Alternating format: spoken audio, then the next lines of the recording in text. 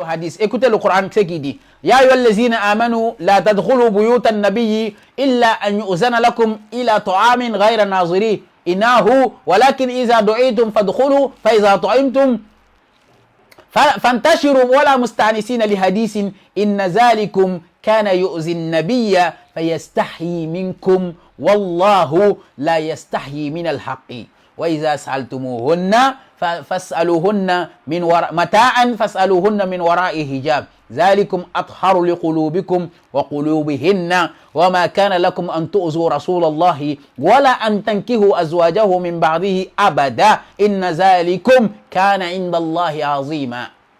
Verset est clair. Écoutez attentivement. Oh, vous qui croyez, n'entrez pas dans les demeures du prophète.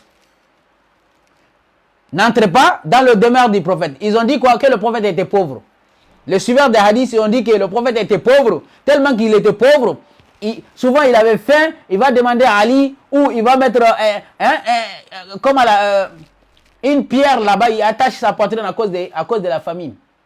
La ilaha illallah. Allah subhanahu wa ta'ala dit La tadkhulu buyutan nabiy baytun la buyut.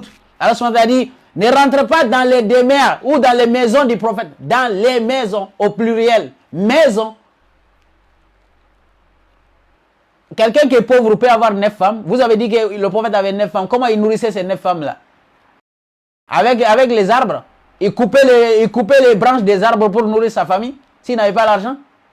Le prophète était l'homme le plus riche. Il y a une ville là-bas, à la Mecque, là-bas, on appelle ça Fadak. On dirait que c'était pour lui. Allez-y leur demander. Ils ont dit que Fatima et Abou Bakr, ils se sont bagarrés. Pourquoi? Parce que le prophète avait légué un terrain à Fatima, qu'il avait légué un autre terrain. Le prophète n'a jamais été pauvre. Allah subhanahu wa ta'ala dit dans le Coran qu'il n'a jamais été pauvre. وَالضُّحَى وَاللَّيْلِ إِذَا سَجَى مَا وَدَّعَكَ رَبُّكَ وَمَا خَلَى وَلَلْآخِرَةُ خَيْرٌ لَكَ مِنَ الْأُولَى وَلَسَوْفَ يُؤْتِيكَ رَبُّكَ فَتَرْضَى ألم يجدك يتيما فآوى ووجدك ضالا فهدى ووجدك عائلا فأغنى. Tu n'étais rien du tout, on t'a enrichi. Vous allez dire que le prophète était pauvre. Vous voyez vos égarements. Vous voyez comment vous êtes égarés. Vous voyez comment je suis en train de vous montrer au monde entier que vous n'avez rien compris dans le Coran. Depuis des décennies, il mentait aux gens. Le prophète, il était pauvre. Il n'avait rien. Le Coran est en train de montrer vos mensonges. Le prophète, il n'avait même pas une maison, des maisons. Écoutez bien. Tellement qu'il était riche, il invitait le sahaba de venir manger chez lui. Écoutez bien, Allah subhanahu wa ta'ala dit, à moins qu'une invitation ne vous soit faite à un repas. Il a dit, oh, vous qui croyez, n'entrez pas dans les demeures du prophète, à moins qu'une invitation ou à moins qu'il vous soit donné la permission de manger. Et vous ne forcerez en aucune manière une telle invitation. Si vous êtes invité, vous pouvez entrer. Quand vous finirez de manger, vous partirez. Quand vous finissez de manger chez lui, le prophète, tellement qu'il avait l'argent, il invitait le sahaba. Tellement qu'il était généreux, il invitait le sahaba. Il y a qui parmi vous, les suiveurs des hadiths, là, vous invitez les gens à venir manger chez vous?